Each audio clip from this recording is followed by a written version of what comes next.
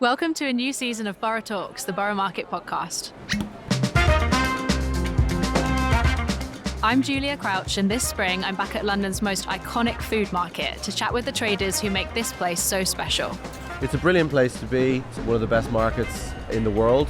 We'll explore their journeys, uncover the best seasonal produce, and pick up plenty of expert foodie tips along the way. And you can actually mix the sauce yourself. You could make stir-fry soya noodle. That same sauce, you can make a pao. You could make stir-fry vegetable. It's so easy. As the market comes to life with fresh produce and new flavours, we're celebrating the people who make it all happen.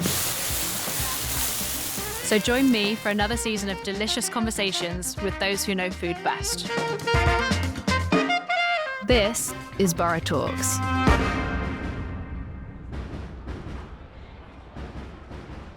I'm delighted to be joined by Stephanie Slater from School Food Matters. So you are the founder of this charity, and this charity is partners with Borough Market. So tell me a bit about what School Food Matters does. So we do two things really, Giulia. What we do is we work in schools to improve the quality of the food on the plate for school meals, but we also run food education programs to teach children about food. That could be cooking it, growing it, selling it at Borough Market. And we use the lessons learned from all of those programs in schools to inform our advocacy. So by that I mean we want government to change policy so that every child in every school can benefit from great food and food education. And when did you start the charity? 2007, so 17 years ago. And how did this come about? It's a good question. I still, to this day, can't imagine what possessed me to get stuck into this issue. But it was my kids going to their local primary school. They'd grown up in Australia, and when my eldest was 5 and my little boy was 2, we came back to London, and I put them in the local primary school, and it was an outstanding school, rated by Ofsted. But when I went in, the office manager said to me, "Sorry about the smell, that's lunch." Without a hint of irony or an idea of trying to make things better. So a school. What was the smell like? Oh, it just, you wouldn't want to imagine. It's certainly nothing you'd smell here at Borough Market. But it was very much a fait accompli. It was as if, despite being very ambitious for the young people in that school, they hadn't thought that food was a part of that journey. That's quite bizarre. How yeah. did that make you feel at the time? Well, it was very odd because I mean, just to add to this whimsical story, the children were born in Australia. They went to a local Montessori on Bondi Beach, where they used to grow organic vegetables and then share them around an outdoor table. So, you know, I knew that was kind of a privileged opportunity and a whimsical world we were living in, but I kind of thought we'd do a little bit better for our children in England. And there are great examples of wonderful work happening with catering teams in schools, but sadly my children weren't going to one of those schools. What kind of things were they being served? Do you remember? Well, I got some fabulous photos that appear on our website. So I can remember seeing one of the prison trays, and it had something that still to this day is unidentifiable. I actually don't know whether it was a savoury or a sweet, but whenever I use it to explain what we do and why we do it, I use that slide to show where we came from. It's quite impactful. How did that make you feel at the time? You must have felt very strongly about this to do something so major about it. I did, but there was a lot of naivety and possibly a hint of arrogance. I came from 20 years in film production, so I thought I could get this sorted in a flash. I honestly thought, oh, well, this is just an organisational issue with a bit of contract management and maybe a bit of a reframe. We could do a great job. And I had no idea how complex it would be. And the complexity came from our school being in a local authority contract with 38 schools. Okay. But with that came, the complexity also brought the opportunity for impact. So at what point did you think, okay, I'm taking this really seriously, I'm going to do something about this? It was twofold really. So number one, I got stuck in because I thought I could. I just thought I could do the job because I was used to organising big messy projects. So that was the first thing. But then it also made me feel a little bit sad when I mooched around and saw some of these very small children holding plates of food that were just inedible. And it wasn't just me that thought so. If I went to the data, one always has to go to the data and see what's really happening. And only 26% of children were eating the food in this one London borough. Do you think that's because the kids found it Well, I think inedible? you've probably answered your own question there, Giulia. They're very, discerning consumers. Did your kids come home and complain about it? My little one, my tiny one, was not at the primary school yet, but his big sister was, I think, probably more curious than disgusted. Bemused. They'd never seen anything quite like it. Especially coming from the background they had come from, where they were, quite in touch with their food. They're very lucky kids. They've always been able to have access to good food. We've always grown food. We've always cooked food in our household. Yeah, so it's quite a shock, really. Yeah. And so when you started out, what were your first steps to try to change something? To do the research, really, to find out where the problem was. Yeah, it sounds like it was multifaceted. Yeah, and it was also involved engaging with the local authority, and they were a really good gang of people that wanted to do a good job, but nobody had actually sort of gently challenged them and said, come on, do you think we can do a bit better than this? And I asked really naive questions. Why do we have to serve a frozen ready meal? Why can't we cook fresh? What were the answers to this?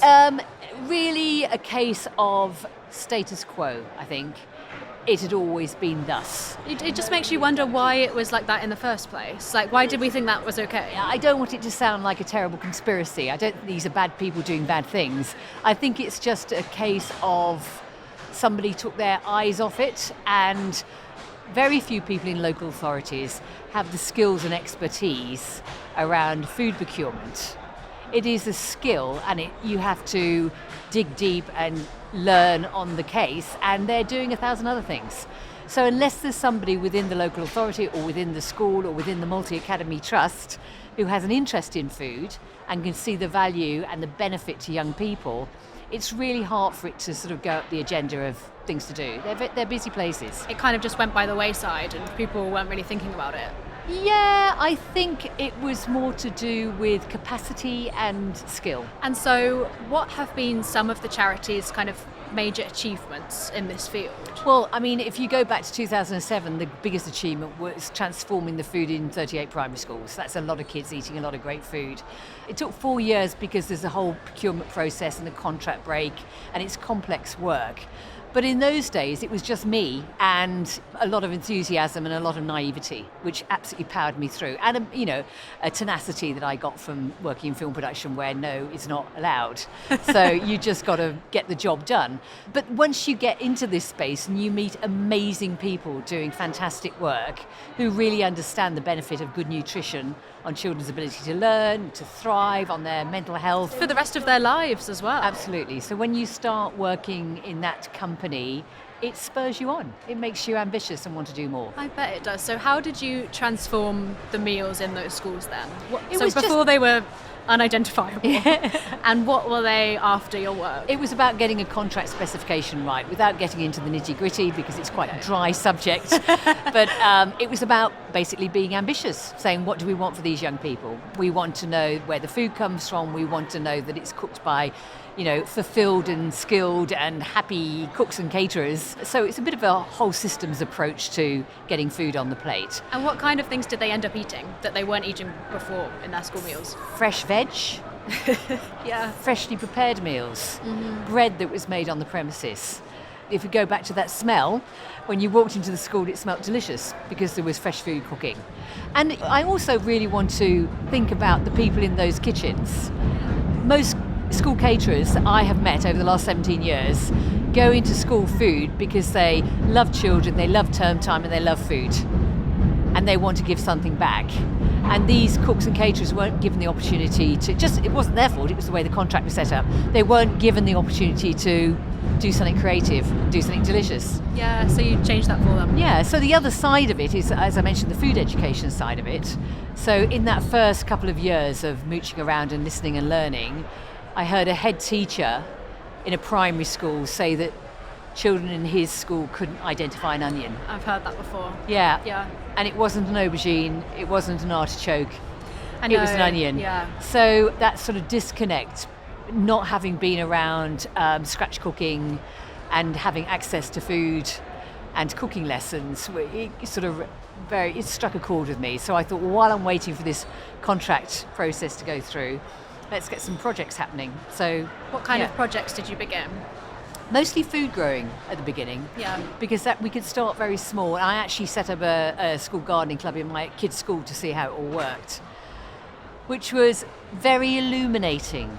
In what way? Because when you think about a gardening club, you think about a handful of very keen nature lovers and people that want to get involved, and I suddenly got 30 children. Must have been a bit of a challenge. Yeah, it was, but it was really, really great. And we had children who, for the first time, were realising that something they can eat starts with a seed in the ground. And before they just didn't understand that concept. Some, not all, but some Yeah. of it, that curiosity. We were able to sort of really fuel that curiosity and the joy of being outside.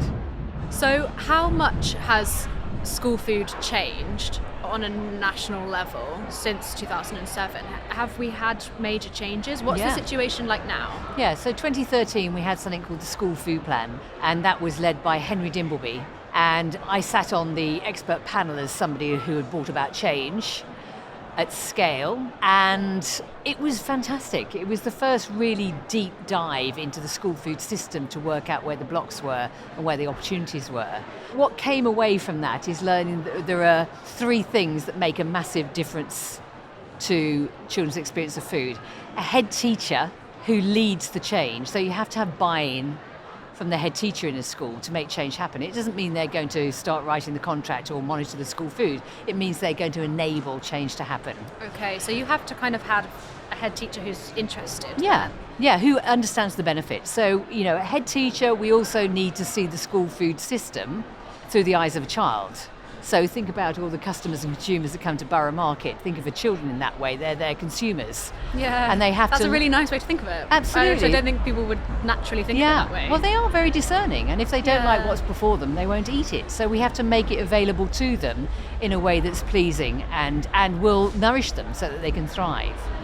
And so the 3 things that came out of that, which was really impactful, were universal infant free school meals. So every child from reception to in Key Stage 1 up until year 3 gets a free school meal. So massive change. Then we have cooking back on the curriculum. That's fantastic. When did that come in? 2013, so 2014 by the time. Because I don't remember doing any cooking at school. Not even a Victoria sponge? Yeah, Any I remember point? doing a cake. There you go. But that So was that- it. But I yes. don't remember learning to make anything that was going to be useful. I'm not saying a cake is bad, but it's not like an everyday meal that No. I can nourish myself with. Exactly. And many schools with their cooking efforts do occasionally fall into that trap because it's fun. There's nothing wrong with it. It's just you need to broaden children's repertoire. Sure. So Maybe more of tasty life dishes. skills. Yeah, absolutely. So despite it being on the national curriculum, there's a couple of things going on here. It didn't come with any training or funding. So schools are sketching around trying to work out how to weave it into their, it comes under the design and technology curriculum. And the other part of it is sometimes academies, rather than maintained schools, don't have to follow the national curriculum. They can decide which subjects they want to, I mean there's core subjects obviously, but they can decide how much they want to do around food skills. So delivery is very patchy, and we're not It can be seeing... a bit down to luck in just what school you're in. Absolutely, if you've got somebody doesn't with an seem very interest and fair. skill, absolutely. So we would like to see something far more robust in relation to food education, which is why we started working here, because it gives schools an opportunity to have a framework to build on their food lessons.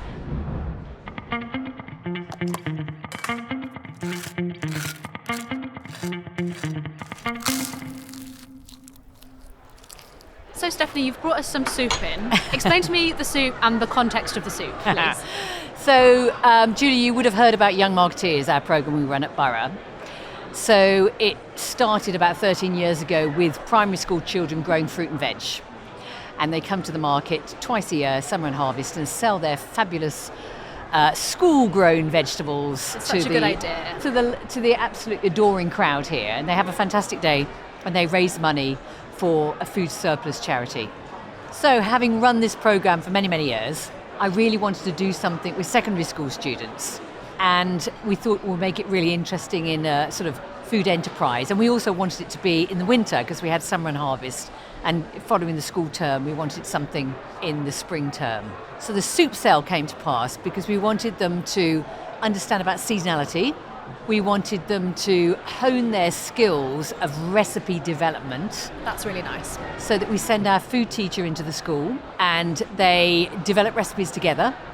And then Borough Market sends their food quality panel to the school to taste it, to make sure it's fit to be sold at this iconic market. I mean, they won't fantastic. take anything here, so it has to be excellent soup. Yeah. So there's a whole process, and it's really important for these young people. They're often year 10 students doing GCSE food, and it's really important for them to understand the process of getting something to market. It's complex. It's about enterprise. So, to answer the question about the soup, this is spiced parsnip soup. That sounds delightful. So give it a little stir first to make sure we have seasoned it efficiently. So this is one of the 4 soups that was sold a couple of weeks ago So at the soup sale. the children came up with this recipe. They Yeah. developed this. Yeah. That's great. That's very good. You're getting it? Warming, seasonal, Yeah. So tasty. lots of ginger in there to keep us well.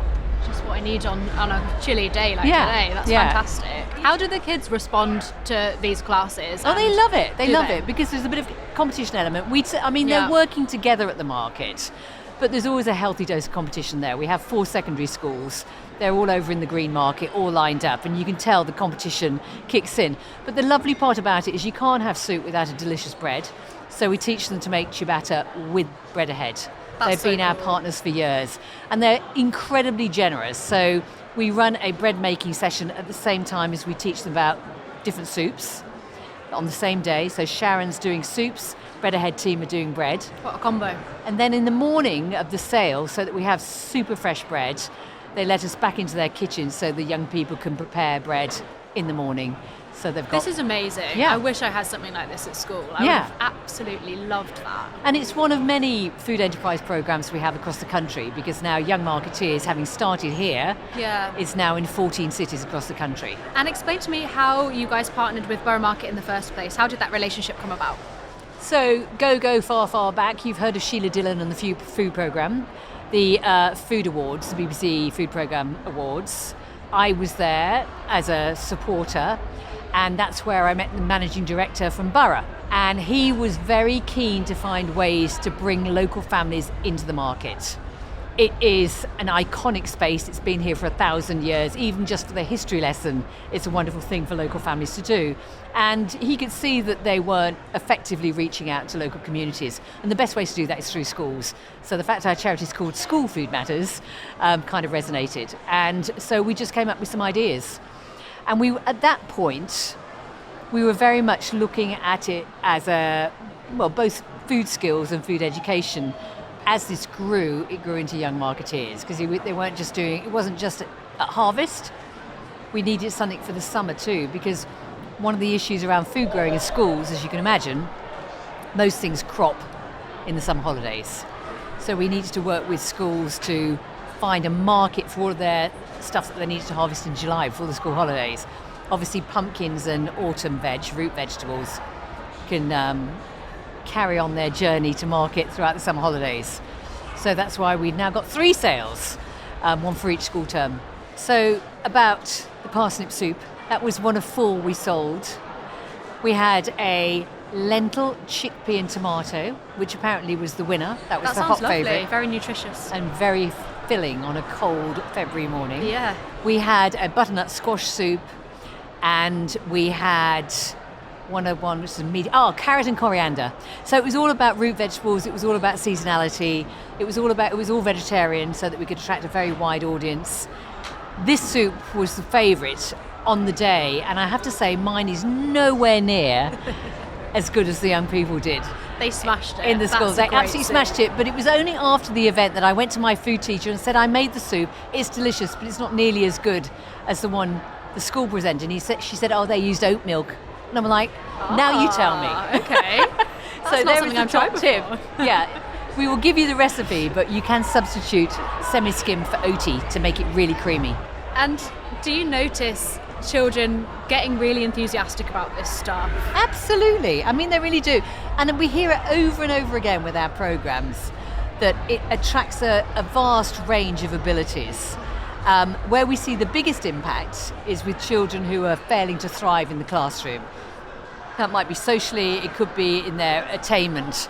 What comes out of the programs we do at Borough Market over and over again is teachers saying to us, this child will not say a word in class, get them in front of a market stall and they become hawkers for the day. Wow. And it's absolutely charming to see their building confidence, team building, communicating with the general public. I mean, it's a glorious thing to see. And I suppose that's the power of food, isn't Absolutely. it? It's not just about them becoming physically healthier with what they eat. It's also about they can build confidence, build all these skills via either learning to cook or learning to sell food or learning to grow food. So it's got so many strands to it. Yeah. And we know there's a massive skills shortage in hospitality and food generally. So if we can, ignite an interest in food, it can often lead to a career in food. Only problem with this, there is no food A-level. It was scrapped, and we're campaigning very hard to get food A-level reinstated, so there's a natural pathway from GCSE. That would be such a good career. idea. I feel like loads of people would be interested in that. Absolutely. Would it involve learning about nutrition? In my mind, food education should be its own subject. I mean, obviously I'm going to say that. I run a charity that campaigns for it. But there's enough content from reception with sensory education, listening, feeling, smelling, tasting, all the way through to 18, geopolitics of food. Absolutely. Impact of war on food supply. Oh, yeah. I mean, there is so much to talk about. It's a huge and that's topic. before you even get into climate. Yeah. So there are so many things, so many threads of interest to have its own subject. But I think I have to go head to head with the Department for Education on that one. And what else do you think needs to be done now? What stage are we at? Okay, so as far as the food on the plate goes, I was going to tell you that despite having school food standards, which are mandatory, they're enshrined in law, without monitoring, standards can slide. So we know that back in 2016, the government brought out its child obesity plan. And one of the actions was to update the school food standards in line with scientific guidance on sugar and fibre particularly. The work started, but unfortunately got caught up in COVID, so the testing of the new standards was during lockdown.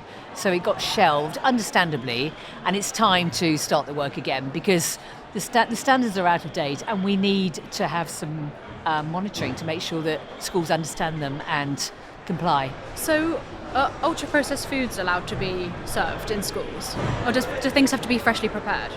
No, it basically they have to meet food-based standards. Okay. And they need tightening up. So at the moment, might that just entail, it needs to have this amount of protein or this amount of blah blah, but this could come from any source? Henry Dimbleby did a very smart thing when he rehashed the school food standards back in 2013. He said, I want the standards to be printed onto a tea towel. If they're any more complex than that, it's going to be quite hard for busy cooks and caterers to understand them. So let's make it simple and give them opportunity to create. So within a nutrition framework, there are food-based standards. So exactly as you say, there are going to be amount of protein, amount of carb, amount of fruit and veg, big push on that. So there is a lot of freedom within the standards. But without somebody looking, it's very hard to say hand on heart that all schools are complying. A lot of them are. Secondary schools, pretty complicated settings to make sure that children are getting the nutrition they need. So it just needs some work. So School Food Matters is part of a coalition called the School Food Review. So that's 4 charities all working harmoniously together. So we all have different specialisms. So School Food Matters, we work in schools every day. We have the Food Foundation that does data polling. They're a think tank, so they give us the evidence and research we need. Great. We have Chefs in Schools, who you'll have heard about, literally put chefs into schools, so they're actually delivering food. And we have Bite Back, which is the youth movement. So that's mobilising and amplifying the voices of young people. So we work together with a much broader group of members, but we're pushing for change. We describe it as a Venn diagram. So if you want delicious and nutritious school food, 3 things have to happen. You have to look at quality, you have to look at funding, and you have to look at access. So if you look at those things in the round, think of a whole systems approach, brilliant things can happen.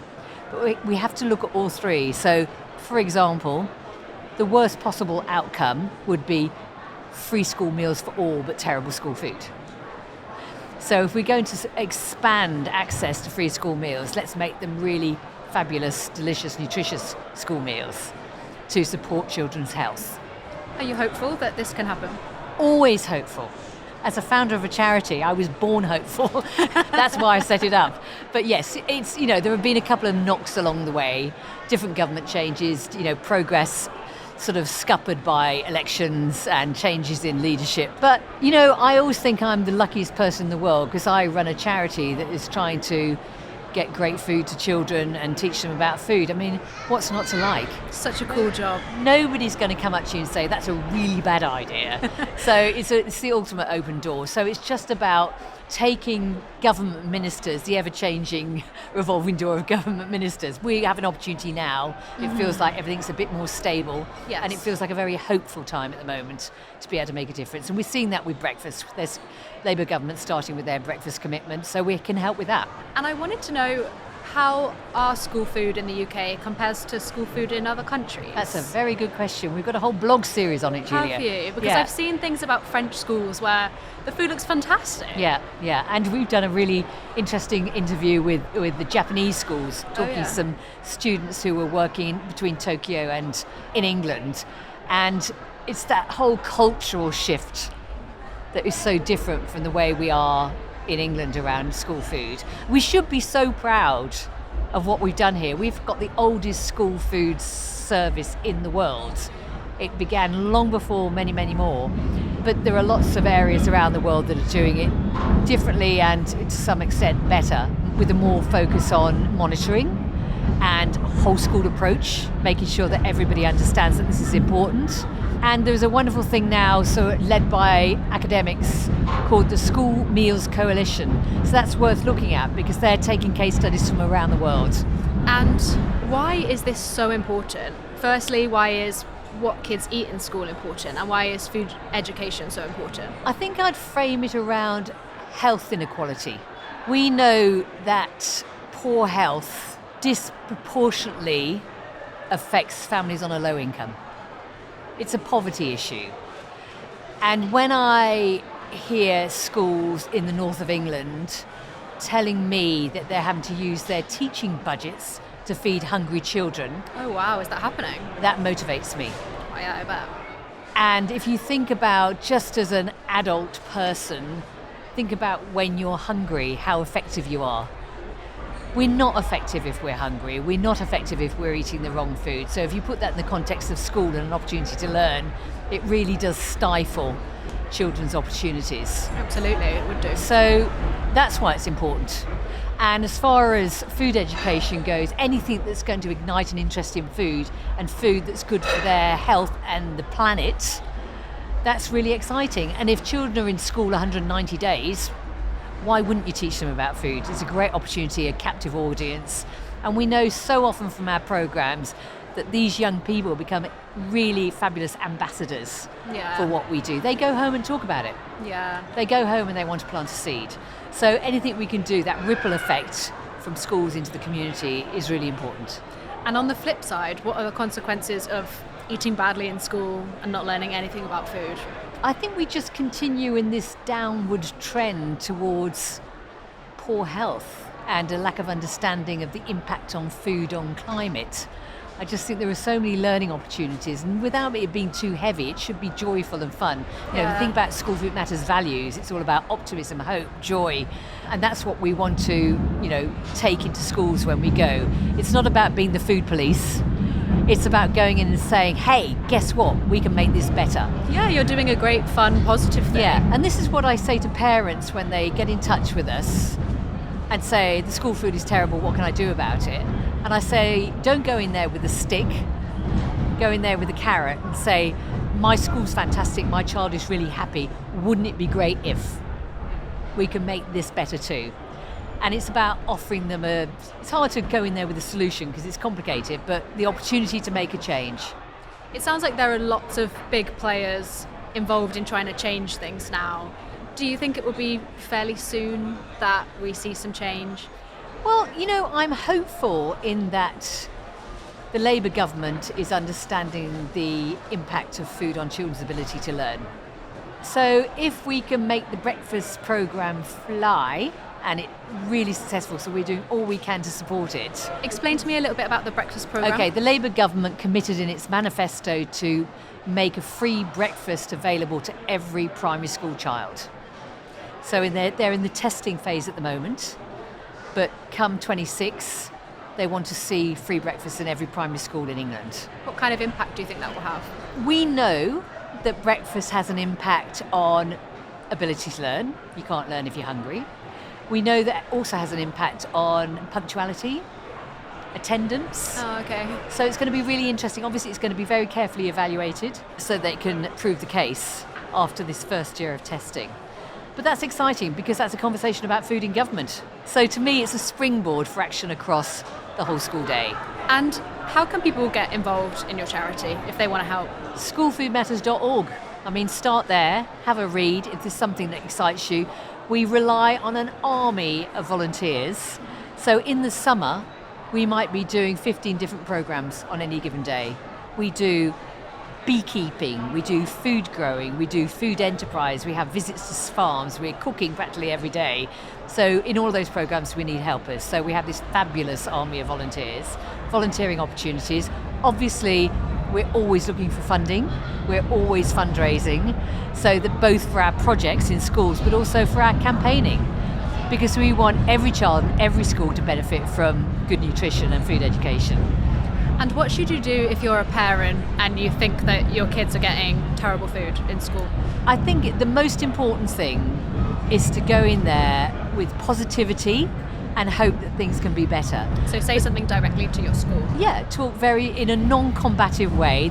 The barriers tend to come down when you march into a school and kick off. If you do the research, and there's tons of stuff on the School Food Matters website, if you do the research, find out what's possible, look around at local schools in your community to see what's working better, and then gently and in a collaborative and a supportive way, go and say, come on, do you need some help? We can help you with this. I've read this. Here's an article. And it's just about building that relationship. And you can't do it on your own.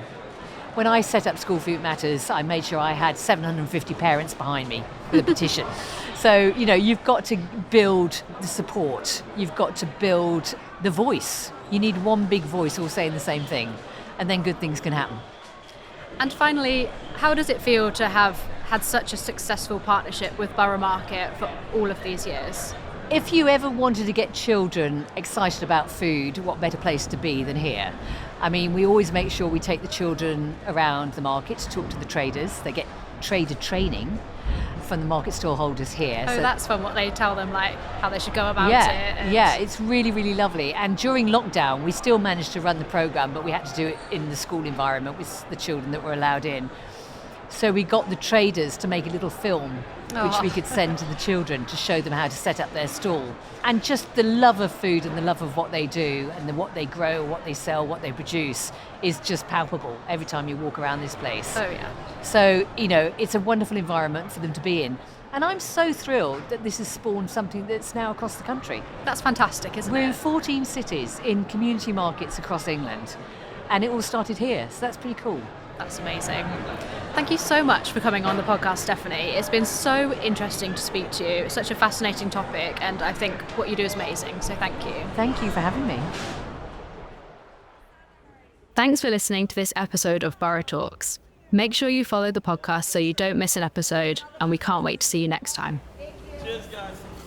Borough Talks was hosted by me, Giulia Crouch, produced and edited by James Deacon, editing and sound design by Chris Attaway, and a special thanks to Nina and Bethan at Borough Market, the team at Bedell's Wine Bar for hosting us, and everyone who spoke to us and fed us. Thank you so much, yeah?